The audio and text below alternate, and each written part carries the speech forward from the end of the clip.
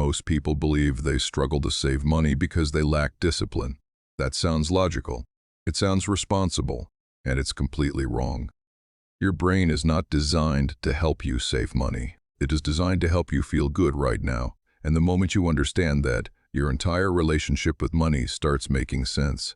Because the real problem isn't that you're bad with money. It's that your brain treats saving as loss and spending as reward.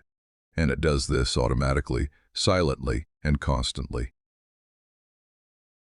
Let's start with something uncomfortable. If you've ever promised yourself you'd save more, only to spend money hours later, that wasn't weakness. That was neuroscience. Your brain is wired to chase immediate emotional reward, not long-term security, not future stability, not financial independence. Immediate reward. Thousands of years ago, this wiring kept humans alive. Food was uncertain. Safety was temporary. Resources disappeared quickly, so the brain evolved to prioritize what was available now. If food existed, you ate it. If opportunity appeared, you took it. If relief was possible, you grabbed it. Waiting was dangerous, and your brain still operates on that ancient survival code, even though your financial world has completely changed. Saving money requires believing in a future that doesn't emotionally exist yet. Spending money produces a reward that exists instantly. Your brain doesn't treat those two things equally. When you spend money, dopamine releases. Dopamine is not happiness, it's anticipation of reward. It creates excitement, momentum, emotional lift. That's why buying something often feels better before you even own it. Your brain loves anticipation more than possession.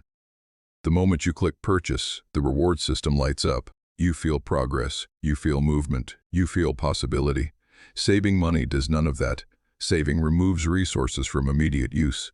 Emotionally, that feels like losing options, even though logically it creates options later, and your brain is terrible at valuing later. Another reason your brain resists saving is because the reward is invisible. When you spend money, you see something, hold something, experience something. Saving creates silence. Balances increase slowly. Nothing changes in your daily life. No excitement happens. Your brain interprets this as inactivity, and inactivity feels like stagnation. That's why people often sabotage saving when it starts working. Progress feels boring, and boredom feels threatening. Now here's something most people never realize. Your brain doesn't hate saving because it's expensive. It hates saving because it delays emotional relief. Spending solves emotional tension instantly. Stress at work? Buy something. Feeling stuck? Upgrade something. Feeling behind? Change your lifestyle temporarily. These decisions don't feel irresponsible. They feel regulating. They reduce discomfort. And the brain learns from relief faster than logic. If spending reduces stress today, your brain remembers that pattern forever. That's how emotional spending habits form, not from greed. From regulation. Another hidden reason your brain prefers spending is identity reinforcement. Spending lets you signal progress, signal status, signal movement. Saving is private, quiet, invisible. Humans evolved socially. Recognition matters deeply. When spending gets attention and saving gets silence, your brain naturally favors the visible behavior. Another powerful psychological factor is uncertainty. Saving money means trusting that future you will benefit. But the future is abstract. The present is tangible. Your brain discounts abstract rewards. It literally reduces their perceived value. This is called temporal discounting. $10 today feels more valuable than $20 next month. Not logically, emotionally. This is why long-term wealth building feels emotionally unnatural. Another trap is effort perception. Spending is effortless. Saving requires stopping. Stopping feels like resistance. Resistance creates friction. Friction creates fatigue. Fatigue reduces follow-through. Over time, your brain labels saving as exhausting, even if it takes seconds. Another overlooked factor is emotional contrast. Spending creates a spike. Saving creates a plateau. Humans remember spikes more than stability. That's why people chase financial excitement even when stability would serve them better. This is also why lottery tickets, risky investments, and sudden upgrades feel irresistible. They create emotional spikes. Saving creates emotional neutrality. And neutrality feels empty when you're used to stimulation. Now let's talk about something deeper. Your brain associates money with survival and identity simultaneously. Money determines safety, status, and opportunity. So every financial decision carries emotional weight far beyond numbers. When you save, you are choosing delayed safety. When you spend, you are choosing immediate identity reinforcement. And identity almost always wins in the short term. Another reason saving feels painful is loss aversion. Loss aversion means losing something hurts about twice as much as gaining something feels good. When you save money, your brain perceives losing spending power, even if you're gaining financial strength. Emotionally, the loss feels stronger. That emotional imbalance makes saving feel unfair. Another psychological layer is control illusion. Spending gives you instant control over your environment. You choose, you change something, you see results. Saving feels passive. You remove money and wait.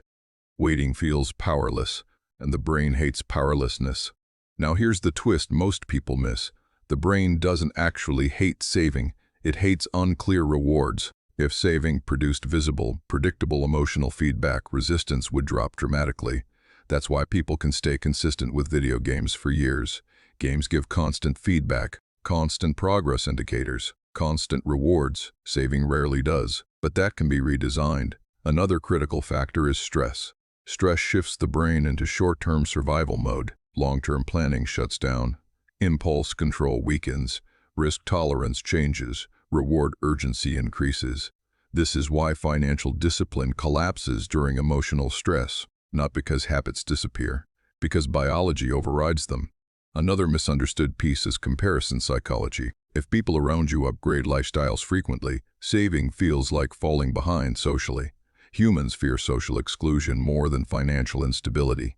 That's not weakness, that's evolution. Another powerful influence is convenience architecture. Modern financial environments remove friction from spending entirely. Saved cards, one-click checkouts, instant approvals, subscription automation. Every convenience reduces reflection. Reflection protects saving behavior. When reflection disappears, impulse wins. Another deep psychological layer is emotional forecasting error. People overestimate how happy purchases will make them and underestimate how safe savings will make them. The brain is terrible at predicting emotional durability. Spending creates excitement that fades quickly. Saving creates security that grows slowly. Excitement is louder. Security is quieter, and louder signals dominate attention. Another subtle factor is novelty addiction. The brain loves new stimuli. Purchases create novelty. Savings create repetition. Novelty feels alive. Repetition feels stagnant. But repetition is what builds stability. Another hidden truth is that most people try to save using logic alone. They explain the importance. They calculate projections. They create plans. But they ignore emotional reinforcement. Without emotional reinforcement, behaviors rarely stick. People assume maturity means ignoring emotion. Real financial maturity means designing systems that cooperate with emotion, not fight it. Now let's talk about the turning point. The goal is not forcing your brain to love saving. That battle never ends. The goal is redesigning saving so your brain experiences reward earlier. This can be done by creating visible progress markers, automating decisions, reducing spending exposure, building saving rituals, attaching identity pride to stability. These shift emotional perception. Saving stops feeling like loss. It starts feeling like control, and control is deeply rewarding psychologically. Another breakthrough happens when saving becomes predictable. Predictability reduces threat signals in the brain. When threat drops, impulsivity drops. When impulsivity drops, consistency rises. Consistency creates progress. Progress creates confidence. Confidence reduces spending, urgency. And suddenly, the emotional equation flips. Saving starts feeling calming. Spending starts feeling risky. That is the moment financial behavior transforms permanently. And here's the biggest shift of all. Wealth is not built by people who enjoy saving more. It's built by people who removed emotional negotiation from saving entirely. They automated it, structured it, protected it from mood. And once saving stops being a decision, it stops being emotionally exhausting. This is why people who build wealth often appear calm about money, Not because they care less, because they feel less internal conflict. Conflict drains discipline. Structure removes conflict. There is another layer to this problem that almost nobody talks about, and once you see it, saving money starts to feel less like a financial skill and more like an identity decision. Most people believe they save money when they have extra, but in reality, most people save money when saving matches how they see themselves. Your brain constantly tries to keep your behavior aligned with your self-image. If you see yourself as someone who enjoys life now, your brain will push spending behavior to stay consistent with that identity. If you see yourself as someone who is always catching up, your brain will unconsciously recreate situations that keep you feeling behind. Identity is powerful because it operates below conscious awareness. You don't wake up and decide to reinforce your identity. Your brain simply steers you toward behaviors that feel familiar. Familiar feels safe, and safety feels correct. This is why sudden financial improvements often don't last. Someone gets a raise, their income increases, their financial opportunity expands, but their identity hasn't changed. If someone still sees themselves as financially stressed, they will recreate stress through spending, risk-taking, or poor planning, not intentionally, automatically. The brain protects identity, consistency more aggressively than it protects financial stability, and this explains something fascinating. People often fear saving money not because of loss, but because of identity change. Saving money slowly moves someone from a reactive lifestyle to a controlled lifestyle, and control can feel unfamiliar. Unfamiliar can feel unsafe, even when it's objectively better. This is why some people experience strange anxiety when their finances start improving. More savings means more responsibility. More responsibility means higher expectations. Higher expectations mean fear of failure. Spending removes that pressure temporarily. It returns life to a familiar emotional environment, and familiarity is incredibly seductive. Another hidden force working against saving is emotional memory. Your brain stores emotional associations with money from childhood and early adulthood. If money was connected to stress growing up, saving can subconsciously trigger that same stress response. If money was used as a reward in your past, spending becomes emotionally comforting. Most people believe their financial habits started when they got their first paycheck. In reality, those habits often started years earlier through observation. Watching how parents reacted to bills, watching how family discussed money, watching whether money created conflict or security. Those early emotional lessons become silent, operating systems later in life, and unless those systems are updated, they keep running in the background. Another layer most people never notice is how the brain confuses effort with effectiveness. Saving money often feels slow, and humans are wired to associate speed with progress. If something moves slowly, the brain questions whether it's working. This is why people abandon consistent investing, long-term saving plans, and debt payoff strategies halfway through.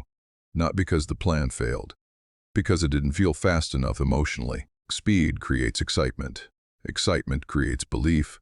Saving builds belief through patience, and patience rarely feels emotionally convincing. Another powerful psychological conflict happens between certainty and possibility. Spending money creates possibility. Saving money creates certainty. Possibility feels expansive. Certainty feels restrictive. But here's the paradox.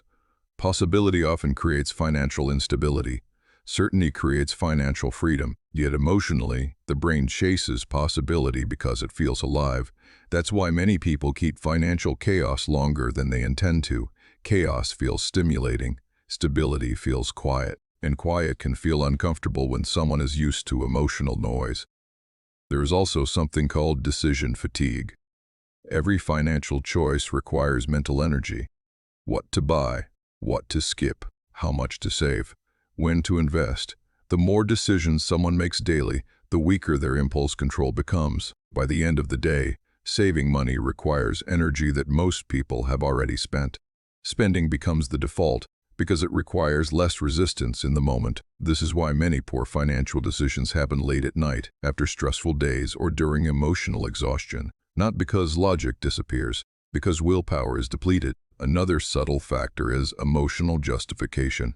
When people work hard, struggle, or feel overwhelmed, the brain searches for compensation. Spending becomes a reward for survival. I deserve this, and emotionally that statement feels valid. The brain prioritizes fairness. If life feels unfair, spending feels like balance. Saving during emotional hardship can feel like self-denial, and the brain resists self-denial strongly, especially during stress. Another reason saving feels unnatural is that progress in money is non-linear. At first, growth feels painfully slow. Then it accelerates dramatically. But humans expect effort and reward to move together consistently. When effort feels high and visible results feel low, motivation drops. Most people quit saving right before compounding starts working in their favor, not because they lack patience, because their brain misinterprets slow growth as failure. Now here's where everything starts shifting. The people who eventually master saving don't eliminate these psychological forces. They redesign their environment to work around them. They reduce exposure to spending triggers. They automate saving before decisions happen. They attach emotional meaning to stability rather than consumption. They track progress visually to create reinforcement. They stop trying to feel motivated. They focus on making saving emotionally neutral. And emotional neutrality is far more powerful than motivation. Motivation is temporary. Neutrality is sustainable. Another breakthrough happens when saving stops being connected to sacrifice and starts being connected to autonomy. Autonomy means control over time, control over choices, control over stress. When saving becomes associated with freedom instead of restriction, the emotional resistance weakens dramatically. People often think wealth gives them more choices later, but psychologically, saving gives people more calm now, because every dollar saved reduces background anxiety the brain quietly carries. Another transformation happens when someone stops measuring financial success through lifestyle upgrades and starts measuring it through emotional stability. Less panic, less urgency, less fear of unexpected expenses. These are invisible wins, but they are the foundation of lasting financial confidence. Confidence built on lifestyle is fragile. Confidence built on stability is durable. And durability is what allows wealth to grow without constant emotional sabotage. Here is something else worth understanding. Your brain is not your enemy in this process. It is trying to protect you. It prioritizes comfort because comfort historically meant survival. The goal is not to override your brain. It is to update its understanding of safety. When saving starts feeling safe emotionally, behavior changes automatically, and emotional safety often comes from predictability, knowing how much you save, knowing when you save, knowing that saving happens without constant effort. Predictability removes fear. Fear drives impulsivity. Remove fear, and impulsivity loses power. Eventually, something remarkable happens. Saving stops feeling like something you do. It becomes something you are. And identity-based behaviors are the strongest behaviors humans have. Once someone identifies as financially stable, their decisions align naturally with that identity. They don't negotiate saving. They expect it. They don't chase spending for emotional relief. They recognize relief in control. That shift is subtle, but it is permanent, and it's the moment where wealth building stops feeling like a struggle and starts feeling like maintenance. In the next video, we're going to explore a hidden psychological trap that makes people increase their spending every time their income rises without realizing it's happening. It's called lifestyle expansion, and it silently prevents millions of people from ever feeling financially ahead, no matter how much they earn. Once you understand how it works, you'll never look at raises, promotions, or financial upgrades the same way again.